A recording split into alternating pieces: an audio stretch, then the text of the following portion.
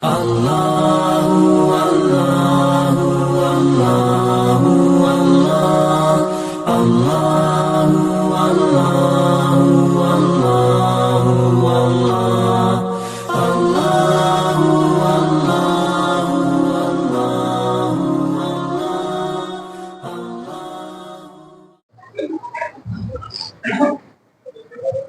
لله نحمده ونستعينه ونستغفره ونؤمن به ونتوكل عليه ونعوذ بالله من شرور أنفسنا ومن سيئات أعمالنا من يهده الله فلا مضل له ومن يضلل فلا هادي له ونشهد أن لا إله إلا الله وحده لا شريك له وأشهد أن محمدا عبده ورسوله أما بعد فإن خير الحديث كتاب الله وخير الهدي هدي محمد صلى الله عليه وسلم وشر الأمور محدثاتها وكل محدثة بدعة وكل بدعة ضلالة وكل ضلالة في النار.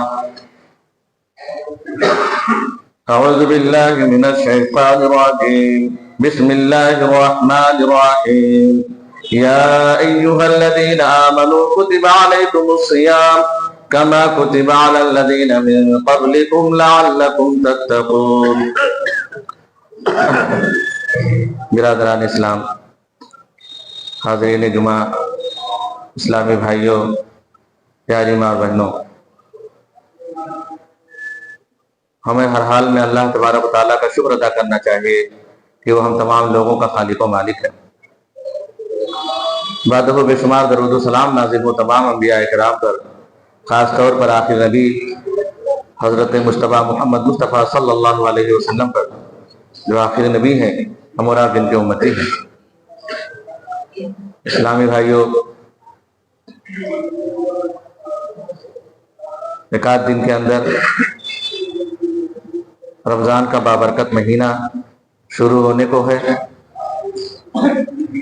یہ وہ مہینہ ہے کہ اس کی اہمیت کے پیش نظر اللہ کے رسول صلی اللہ علیہ وسلم کچھ دن پہلے ہی سے صحابہ کرام کو ذہنی اور نفسیاتی طور پر تیار کرتے تھے، انہیں خوشخبری سناتے تھے، انہیں مبارکباد دیتے تھے اور کہتے تھے اتاکم رمضان شہر مبارک، رمضان آنے والا ہے، رمضان آ چکا ہے تمہارے پاس، مبارک مہینہ ہے.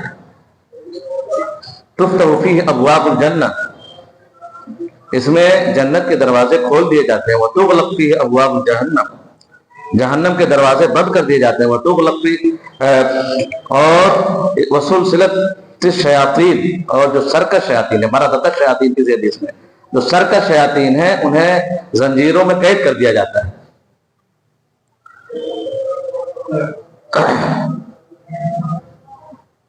اللہ کے رسول صلی اللہ علیہ وسلم جس اہتمام سے رمضان مبارک کے مہینے کا روزہ رکھتے تھے اور صحابہ کرام کو اس کے لیے تیار کرتے تھے، اتنے ہی اہتمام سے صحابیات کو بھی دیکھیں گے آپ کہ وہ اپنے چھوٹے چھوٹے بچوں کو، تاکہ یہ جو واجب روزے ہیں رمضان مبارک کے مہینہ جس کے روزے واجب ہیں، اچانک جب بالغ ہونے کے بعد بچوں کو رکھنا پڑے تو مشقت و دشواری نہ ہو ان پر، بلوغت سے پہلے ہی چھوٹے چھوٹے بچے، صحابیات خود بیان کرتی ہیں کہ اپنے چھوٹے چھوٹے بچوں کو، ابھی چھوٹے چھوٹے بچے ہوتے تھے، ان کو لالچ دے کر کے، کبھی کھلونے دے دیے، کھیل رہے ہیں اس میں، کبھی کوئی اور لالچ دے دی، بہکا دیتے تھے، تھوڑی دیر بعد ابھی یہ دیں گے، ابھی وہ تھوڑی دیر اور مت کھاؤ، دوپہر تک، عصر تک، اس طرح کر کے چھوٹے چھوٹے بچوں کو کھلونے دے دے کر کے بہرا پھسلا کر کے رکھواتے تھے روزے، تاکہ ان کے یہاں یہ عادت پڑ جائے، مشق پڑ جائے، اور جب روزے کو مکلف بنائے جائیں تو ان کے اوپر کوئی دقت نہ ہو.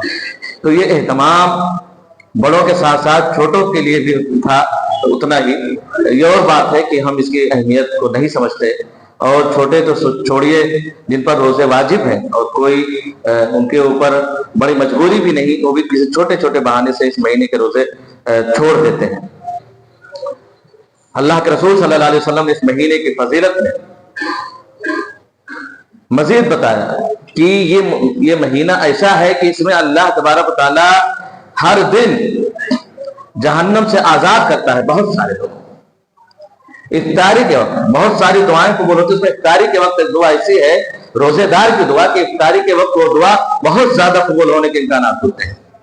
اللہ کے رسول نے کہا 3 دعائیں ایسی ہیں اور رد نہیں کی جاتی، اس میں یہ بھی ہے دعوت الصائم، روزے دار کی دعا، اور خاص افطاری کے وقت جو دعا کی جاتی ہے۔ روزے دار اگر روزہ رکھتا ہے، روزہ رکھنے کی وجہ سے اللہ تبارک و تعالیٰ جو اس کے منہ سے بو آتی ہے یا بدبو کہہ لیں آپ، بھوکے رہنے کی وجہ سے اللہ ہمارے اور آپ کے لیے بدبو ہو سکتی ہے، اللہ تبارک و تعالیٰ کے نزدیک وہ بدبو نہیں رہتی، وہ بہت محبوب ہے اللہ کو، وہ بہت محبوب ہے جو اللہ کے لیے آدمی بھوکا پیاسا رہے۔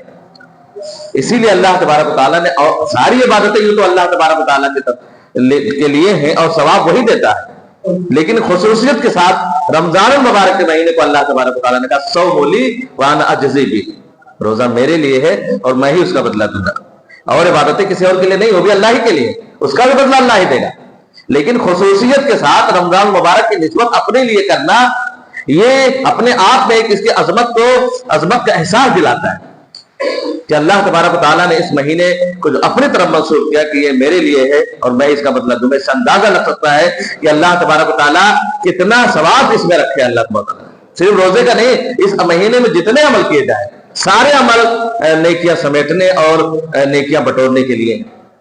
اسی لیے سلف صالحین سے مذکور ہے کہ وہ کئی مہینہ پہلے ہی سے اپنی دعاؤں میں اس بات کو شامل کرتے تھے کہ اللہ تبارک و تعالیٰ مجھے آنے والا رمضان نصیب کرنا، اور رمضان مبارک کے گزرنے کے بعد کئی مہینے تک یہ دعا کرتے تھے کہ اللہ ہم نے جو نیکی کی ہے اس مہینے میں تو اسے قبول کرنا۔ اللہ تبارک و تعالیٰ نے اس روزے کو صرف اس امت پہ فرض نہیں کیا، اس کی اہمیت اتنی ہے کہ یہ اللہ تبارک و تعالیٰ نے پچھلی امتوں پہ بھی اس کو فرض کیا تھا۔ یا ایھا الذین آمنوا کتب علیکم الصیام، اے ایمان والو تم پہ روزے فرض کیے گئے۔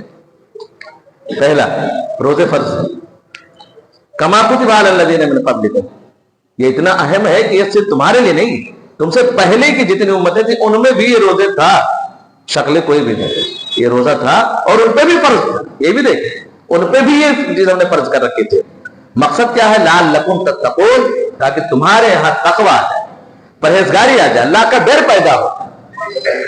پھر تو اور عبادتوں سے بھی اللہ کا پیدا ہوتا ہے، لیکن اس میں خاص اللہ تبارک و تعالیٰ نے اس لیے کیا کہ اور عبادتیں آدمی روزہ رکھتا، آدمی نماز پڑھتا ہے، حج کرنے جائے، کوئی اور عبادت کرے، وہ پتہ چل جاتا ہے آدمی کہ نمازی ہے بے نمازی ہے، روزے میں نہیں پتہ چلتا۔ کنڈی لگا کے آدمی اکیلے کھا لے، آپ کے سامنے نہیں کھا رہے، ہم آپ کے سامنے نہیں کھائیں گے، آپ کے سامنے روزے دار بنے ہوئے نہیں کھائیں گے ہم۔ اکیلے میں کنڈی لگا کے کھا لی، کس کو پتا؟ اکیلے میں ہم کھا لیے، کس کو پتا؟ صرف اللہ کو پتا ہے۔ اسی لیے اللہ تعالیٰ نے کہا یہ روزہ میرے لیے ہے۔ اکیلے میں ابھی انسان اللہ تبارک و تعالیٰ کے خوف سے نہیں کھاتا کہ اللہ تبارک و تعالیٰ کے لیے روزہ، اکیلے میں کھا سکتا، لیکن اکیلے میں اگر کوئی چیز اسے روک رہے تو وہ تقویٰ ہے، جس کا مطالبہ اور مقصد ہے اس روزے کا لعلکم تتقون، کہ شاید کہ تم پرہیزگاری آ جائے، تقویٰ آ جائے، جس طرح سے اللہ کے ڈر سے تم اس مہینے میں حلال چیزیں جو جائز چیزیں تھیں ان سے بھی رکے رہے۔ حرام تو حرام ہے یہ 12 مہینے، لیکن جو حلال چیزیں تھیں، کھانا پینا، بیوی سے ملنا اور دوسری چیزیں جتنی حلال اور محبوب چیزیں تھیں اس سے بھی رک دیا اللہ کے مطلب، اور اللہ کے خاطر رکے رہے، اللہ کے خاطر رکے رہے۔ اور صرف کھانے پینے بھوکے رہنے کا نام روزہ نہیں ہے، اور اللہ کے رسول نہ کہتے کہ جو آدمی روزہ رکھتے ہوئے بھی جھوٹ بولنا، جھوٹ کا ساتھ دینا، لغو باتیں کرنا نہ چھوڑے، وہ اس کا صرف بھوکا رہنا ہے، بس اس کا روزہ نہیں ہے۔ ساری چیزوں سے پرہیز اس میں ہے، صرف بھوکے رہنا اور پیاسے رہنا نہیں جانا، کھانے پینے کو روک لینا، جتنی بھی چیزیں سب سے اپنے آپ کو روکنا ہے، لغو، منکر، فحش اور جتنے بھی غلط اور گناہ کی چیزیں سب سے اپنے آپ کو روکنا ہے، تبھی روزے کا مقصد حل ہوگا اور اس کا ثواب ملے گا ہمیں۔ ایک خاص دروازہ ہی اللہ تبارک و تعالیٰ نے بنا رکھا ہے روزے داروں کے لیے، باب الریان نام سے، کہ جو لوگ روزہ رکھیں گے اس دروازے سے داخل ہوں گے، الگ سے روزے داروں کے لیے باب الریان نام سے۔ اس مہینے میں بہت ساری چیزیں کرنے کی ہوتی ہیں، جب یہ مہینہ آتا ہے تو اپنے ساتھ بہت ساری چیزیں، روزے کے ساتھ ساتھ بہت ساری چیزیں لے کر کے آتا ہے، جیسے ہمیں روزہ تو رکھنا ہی ہے، اس کے ساتھ تراویح قیام اللیل جسے ہم کہتے ہیں، تراویح کی نماز ہے، صدقہ ہے، قرآن کے ساتھ رغبت بڑھا لینا ہے۔ ہمارا معاملہ بڑا تھوڑا سا اس معاملے میں ہمارا رویہ ٹھیک نہیں اس معاملے میں کہ یہ مہینہ جو بھوکے رہنے کا تھا وہ کھانے کا بنا دیا ہم نے، دیکھیں کہ ہمارا اور آپ کا بجٹ عام دنوں کے مقابلے میں اس مہینے میں زیادہ ہو جاتا ہے کھانے پر. اور جو بھوک رہ کر کے تھوڑا سا ہلکا پھلکا اور صحت اچھی ہونی چاہیے تھی, رمضان کے بعد تولیں گے 2-4 کلو حالات فالتو ملے گا. ابھی جتنا وزن ہے 2-4 کلو فالتو رہے گا, اتنا کھا لیتے تو کہتے ہیں بھائی 12 منٹ نماز میں ہم 10-12 منٹ کا, عام دنوں میں 6 منٹ کا وقفہ ہوتا ہے, اس میں کھڑے ہو جاتے ہیں, کتنا دیر ہوا, 12 منٹ کا وقفہ رکھتے ہیں, پھر بھی لوگوں کا مطالبہ ہوتا ہے کہ تھوڑا اور وقفہ رکھیں, وہ آنے میں دیر ہو جاتی ہے. کتنا سحری کتنا افطاری کرتے ہیں کہ 12 منٹ میں ختم کر پاتے ہیں. اس کا مطلب کھانے کے لیے بنا لیا, صحیح دسترخوان اتنا وسیع کر لیا, ٹھیک ہے اللہ نے آپ کو دیا کھائیے, لیکن یہ اللہ کے لیے بھوکے رہنا ہوا. بھوکے رہنے میں جو ہے وہ احساس نہیں ہو پاتا. دوسری چیز, اللہ کے رسول صلی اللہ علیہ وسلم کی افطاری آپ دیکھیں سحری کتنی ہلکی تھی. ہم تو بس اتنا ہوتا تھا کہ کھجور, چھہارا, پانی, تازہ پانی, اس طرح سے یہی سب ہوتا تھا. زیادہ نہیں ہوتا, زیادہ دے تو زیادہ کھائیے, لیکن یہ بعد میں جا کے کھائیے. یہ تو نہ کہ آپ رمضان کو اس کے لیے نماز کو اس کے لیے موقع کر دیں گے, پوری افطاری ہم ختم کر کے تو کھا لیں گے, اس کے بعد آئیں گے. عورتوں کے تعلق سے ہمارا رویہ بڑا معاملہ, ان کا حق مانتے ہیں.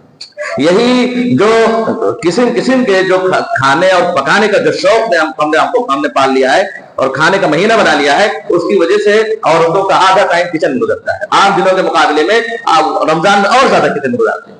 کیا ان کو نیکیوں کی ضرورت نہیں؟ کیا رمضان میں ان کو نفل نمازوں کی, قرآن پڑھنے کی اور دیگر چیزوں کی ضرورت نہیں ہے؟ جو عبادت نفلی نماز اور قرآن وغیرہ پڑھنے میں اور دیگر عبادات میں جو وقت ہونا چاہیے تھا, ہم نے انہیں کچن میں گھسا دیا. اثر سے پہلے ہی سب کچن میں گھس جاتی ہیں اور طرح طرح کے پکوان بنانے میں لگ جاتی ہیں. ان کو جتنا ہمیں موقع ملتا ہے عبادت کا, ان کو بھی موقع دینا چاہیے. ان کو بھی اس مہینے کی اور اس مہینے میں کیے گئے نیکیوں کی ضرورت ہے. وہ بھی اتنی ہی محتاج ہے اللہ کے مغفرت کی, نیکیوں کی, اللہ کے بخشش کی, جتنے ہم ہیں. تو ہم ان کو کوشش کریں بلکہ عام دنوں کے مقابلے میں کم انہیں باہر سے پھل فروٹ لے آئیں, انہیں فری رکھیں, بہت مختصر وقت کے لیے ان کو کچن کا کام دیں. ہم وہ ایک ضرورت ہو سکتی ہے, لیکن ہم اسے عبادت نہیں مان سکتے کہ جو صرف کھانے ہی کے لیے لمبے لمبے مینو بنا لے رمضان میں اور عبادت سے اپنے آپ کو غافل رکھے. وہ تقاضا نہیں پورا ہوا اس مہینے کا. ایک تو یہ روزے سب کو رکھنے ہیں, ہر بالغ بچے, بالغ مطلب جسے آپ عام طور پہ ہندوستانی آب و ہوا کے حساب سے 14 سے اوپر مان لیں, حالانکہ 10 کا حکم ہے جیسے نماز میں, وہی روزے کا بھی مانتے ہیں. اللہ کے رسول نے کہا 7 سال کے ہو جائیں تو نماز پڑھنے کو کہو, 10 سال کے ہو جائیں تو سختی کرو.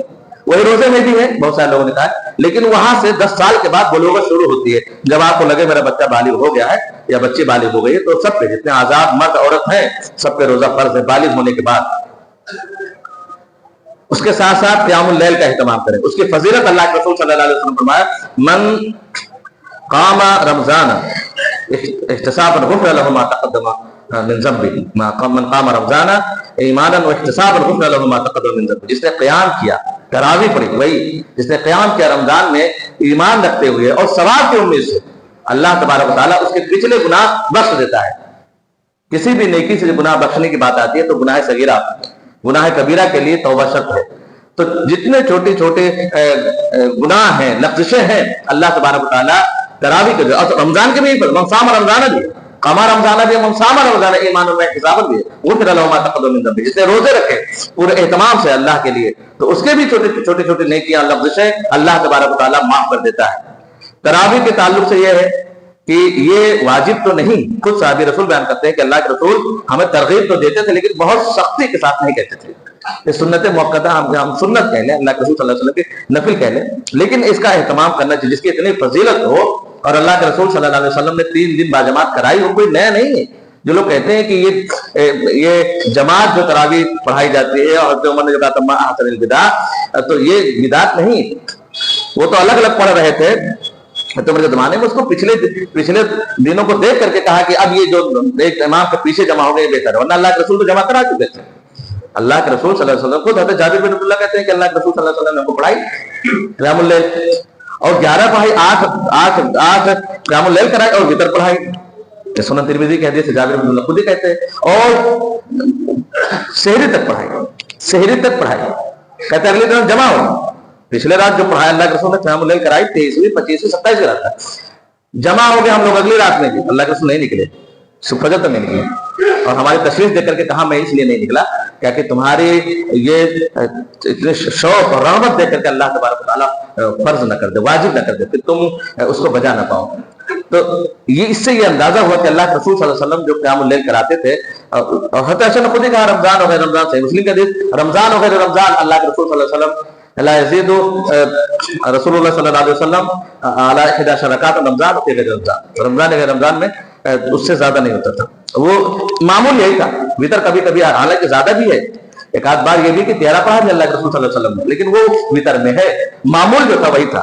8 آپ کا جو تہجد ہے رمضان میں وہی قیام اللیل وہی تراویح ہے. 3 وطر، کبھی ایک وطر بھی ہے، 5 وطر بھی اللہ کے رسول صلی اللہ علیہ وسلم ثابت ہے. تو یہ جو قیام اللیل ہے، جو تہجد ہے، جو تراویح ہے، وہ 8 ہی رکعت ہے، باقی وطر اللہ کے رسول صلی اللہ علیہ وسلم یہی پڑھائی. حضرت ابو ذر کہتے ہیں کہ ہم اللہ کے رسول صلی اللہ علیہ وسلم کے ساتھ روزے رکھے، اس کے بعد آپ نے ہمیں قیام نہیں کرائی. آخری عشرے میں جب 7 دن رہ گئے پھر آپ نے ہمیں قیام کرائی. کہ اسی رات میں قیام کرائی، آدھی رات تک. اگلی رات میں قیام نہیں کرایا، یعنی 24ویں شب میں قیام نہیں کرایا، نہیں پڑھائی نماز کو. 25ویں پھر کرائی. وہ آدھی رات سے بھی اوپر لے گئے، جس کو آپ ثلث کہتے ہیں، 2/3، 2/3 رات تک لے گئے. اس کے بعد پھر 26ویں رات میں ہمیں قیام نہیں کرائی اللہ کے رسول نے. 27ویں رات میں جب قیام کرائے ہم لوگ اور بڑے تعداد میں جمع پہ. اس بار اللہ کے رسول اپنے گھر والوں کو بھی لے کر کے آئے، سب کو لے کر کے آئے ساتھ میں. ہو سکتا ہے اس سال شب قدر 27ویں کو پڑی، بدلتی رہتی ہے. سب کو لے کر کے آئے اور اتنا لمبا قیام کرائے. گزر کہتے ہیں اتنا لمبا قیام نماز میں پڑھائی کہ ہمیں سحری کے فوت ہونے کا خدشہ ہو گیا کہ ہمارے سحری نہ ختم ہو جائے. اور ان کی سحری 2 بجے 3 بجے والے نہیں رہتی تھی کہ ہم 2 گھنٹہ پہلے کھا کے سو جائیں. سحری اخیر میں کرتے تھے. ایک دم پوچھا سحری کرتا تھا، سحری کھا کے بس بھاگتے تھے، سحری کھا کے بیٹھتے نہیں تھے. جب پوچھا زید بن ثابت وغیرہ سے لوگوں سحری کتنا وقت رہتا؟ 50 آیت. ایک سحری کھانا نماز پڑھنے کے درمیان، فجر کا نماز شروع کے درمیان کتنا وقت ہوتا؟ 50 آیت کا وقفہ ہوتا تھا. زیادہ سے زیادہ 20 منٹ مان لیں بس. نماز کے بالکل آخری وقت میں سحری کھاتے تھے صحابہ کرام. کھا کر کے تیزی سے گھر سے نکلتے تھے کہ ایسا نہ ہو کہ نماز چھوٹ جائے، رکعت نہ چھوٹ جائے فجر کی. اس کا یہ بھی پتہ چلا کہ اس میں زیادہ وقفہ بھی نہیں ہوتا تھا، لوگ جاگ رہے ہوتے تھے تو اذان میں نماز میں زیادہ وقفہ بھی نہیں ہوتا تھا. ورنہ وہ اذان کے بعد تو سحری کھا نہیں سکتے تھے، اذان کے پہلے ہی کھانا ہوتا تھا. کھا کے بھاگتے تھے کہ چھوٹ نہ جائے. تو آخر تک اللہ کے رسول صلی اللہ علیہ وسلم نے قیام اللیل کرائی. تو اگر تہجد اور قیام اللیل الگ ہوتا تو تہجد تک پڑھے اللہ کے رسول. جب سحری تک وہی پڑھائے تو تہجد تک پڑھے وہی ہے. اور اسی رات کے بارے میں جتنا ہے کہ آپ سحری تک کرائے. خود جابر رحمۃ اللہ کہتے ہیں اس رات ہم کو 8 رکعت اور وتر پڑھائی. تو یہ واضح ہو گیا کہ یہ جو 20 ہے یا اس سے زیادہ ہے، یہ بھی 30 تک 40 تک ملتا ہے. اہل مدینہ کا عمل تو 40 تک، وہ 40 تک 40 30 20 سے اوپر بھی ملتا ہے. لیکن وہ نفلی نمازیں رات میں اللہ نے آپ کو جتنے طاقت دی ہے آپ رات نفلی نمازیں پڑھے رمضان میں. جتنے آپ کو طاقت دی ہے وقت ہے آپ کے پاس پڑھے. جماعت سے بھی پڑھ سکتے ہیں، اس میں بھی کسی کا اختلاف نہیں. آپ جماعت سے نفل پڑھ سکتے ہیں جتنا چاہیں پڑھیں. لیکن جب کہیں گے کہ اللہ کے رسول کی جو عمل ہے سنت تو پھر وہ آپ 20 30 نہیں کر سکتے. جب نبی کا عمل لائیں گے پھر وہ 8 پھر وہ 11 ہی ہوگا. یا ایک رکعت آگے پیچھے 8 وہ تراویح قیام اللیل باقی بھی تک. اس لیے کہ حضرت عمر کے زمانے میں حضرت عمر نے حکم بھی یہی دیا. موطا امام مالک جو حدیث کی پہلی کتاب ہے، سعد بن یزید اس کے راوی ہیں، جہاں اللہ کے رسول صلی اللہ علیہ وسلم کا اس عمل پہ اکٹھا کیا حضرت عمر نے وہاں ذکر ہے. سعد بن یزید راوی کہتے ہیں حضرت عمر نے حکم دیا باقاعدہ ابی بن کعب و تمیم داری کو، اچھے حافظ تھے لوگ، حافظ قرآن کو حکم دیا کہ لوگوں کو 11 رکعت پڑھائیں. حکم موجود ہے اللہ کا حضرت عمر کا 11 رکعت پڑھانے کا. اللہ کے حضرت عمر کا حکم اور دونوں حافظوں کو متعین کرنے صرف صاف واضح ہے کہ وہ 11 ہی ہے سنت. اور جو وہ حدیث ہے کہ 20 ہوتی تھی اس میں حضرت عمر کا حکم ہی نہیں. اور پہلی بات تو حدیث صحیح نہیں، وہی اس کے نیچے ہی ہے جہاں 11 کا ذکر ہے. اس کے فوراً بعد امام مالک کو حدیث میں لے کر کے آئے ہیں. یزید بن نعمان اس کے راوی. یزید بن نعمان کہتے ہیں تو کے زمانے میں 23 رکعت یا 23 رکعت ہوتی تھی. وہ بھی تک چھوڑ لے کر 23 رکعت لوگ پڑھتے تھے. لیکن وہ جو راوی ہے یزید بن نعمان اور حضرت عمر کے زمانے کی بات کرتے ہیں، وہ حضرت عمر کے زمانے پایا ہی نہیں. وہ حدیث منقطع ہے جو ضعیف حدیث میں آتی ہے، اس سے دلیل نہیں پکڑ سکتے. منقطع حدیث ضعیف ہوتی ہے. جس زمانے کی بات کریں اس زمانے میں تھے ہی نہیں، پہلی بات. دوسری بات اگر اس حدیث کو ہم صحیح مان بھی لیں، چلو حدیث صحیح ہے، تو بھی اس میں حضرت عمر کا کہا ہے کہ حضرت عمر کو معلوم ہے انہوں نے حکم دیا. حکم تو 11 کا ہے، حکم تو 11 کا ہے. 20 پڑھتے ہو تو وہ بات آئی کہ 20 30 40 بھی پڑھ سکتے ہیں آپ. لیکن جب سنت کی بات ہوگی، نبی کے عمل کی موافقت کی بات ہوگی تو پھر یہی کہ 11 ہی ہوگی. جائز تو اس کے اوپر بھی ہے لیکن سنت نہیں ہوگی. وہ قیام اللیل کے علاوہ روزہ میں جو افطاری ہے، افطاری